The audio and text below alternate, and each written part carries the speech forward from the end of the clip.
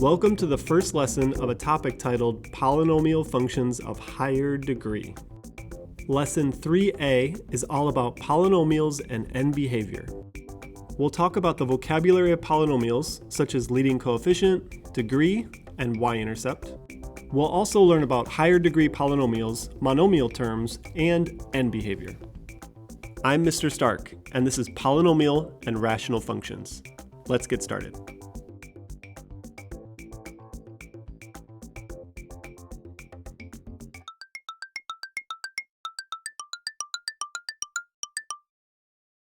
Let's learn about the vocabulary of polynomials.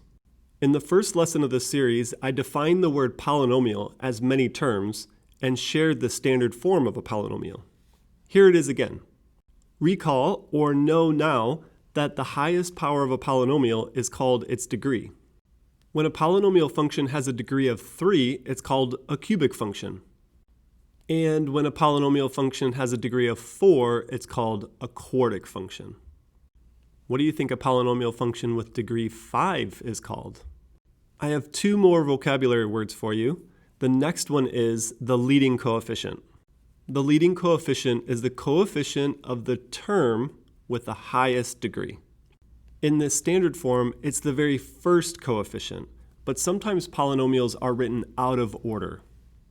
So don't forget, the leading coefficient is the coefficient of the term with the highest power, the highest exponent. The last vocabulary term is called the y-intercept. The y-intercept is the only term that doesn't have an x in it.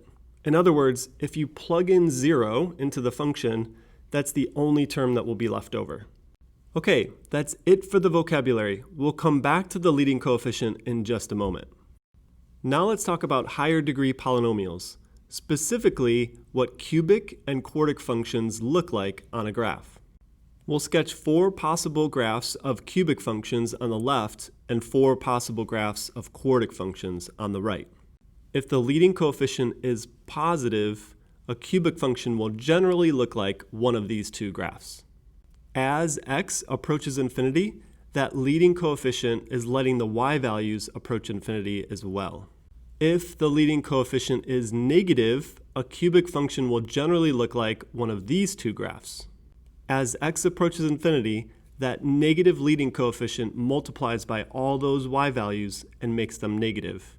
So the curve is approaching negative infinity in the future.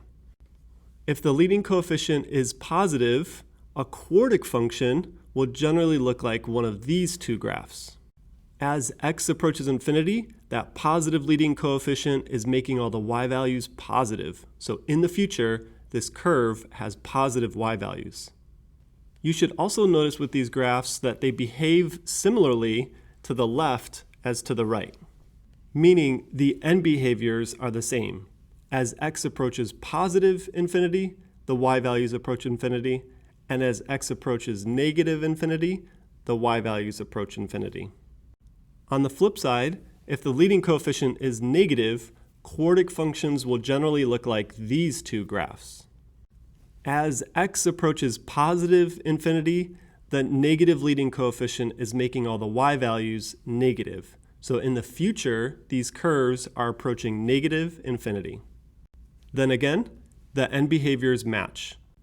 Negative y values in the future and negative y values in the past. Let's review that one more time. When the leading coefficient is positive, the end behavior in the future is positive for cubics and for quartics.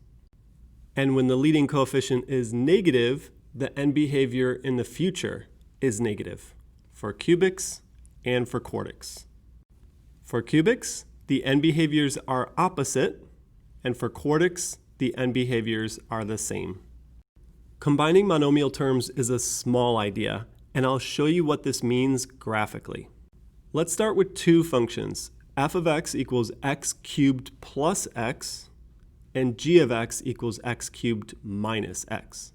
With both functions, we're combining monomial terms, meaning we have two individual terms and we're combining them together. Based on the graphs we just sketched, we generally know what x cubed looks like. But what happens to the graph when we add x or subtract x? Let's take a look. Here's a graph of x cubed and x cubed plus x. Notice that x cubed levels off at the origin. In other words, it has a slope of 0 for just a moment. Then notice that the other graph doesn't level off. In fact, it has a slope of 1. You might not have known that if I didn't point it out, but here's why. When we add that term x, we're adding a linear term. So that curve takes on the slope of that linear term when x equals 0. I think that's pretty neat to learn how each individual term affects a graph.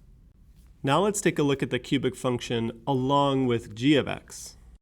Notice again that x cubed levels off at the origin, but now we're subtracting a linear term, meaning we're adding negative x. Once again, that term makes the graph linear when x is equal to 0. But in this case, the slope is negative 1 instead of positive 1. And we can see that with that term. It's negative x.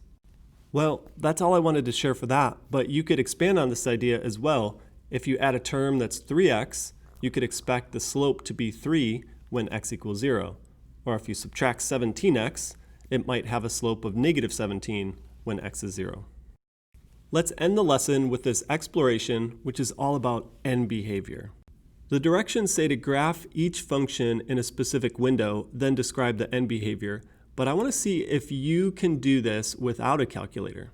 Notice that there are 2 questions, but each question has 3 functions, and each function has 2 limits that you're calculating. For each function, you should start with the limit as x approaches positive infinity first. Because remember, the leading coefficient tells us about the graph in the future. Then, based on the degree, we could find the limit as x approaches negative infinity.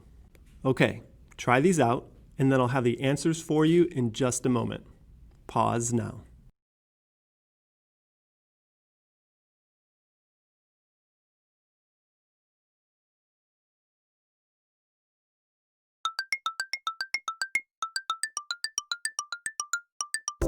That was the first part of Topic 3 in the Polynomial and Rational Functions unit.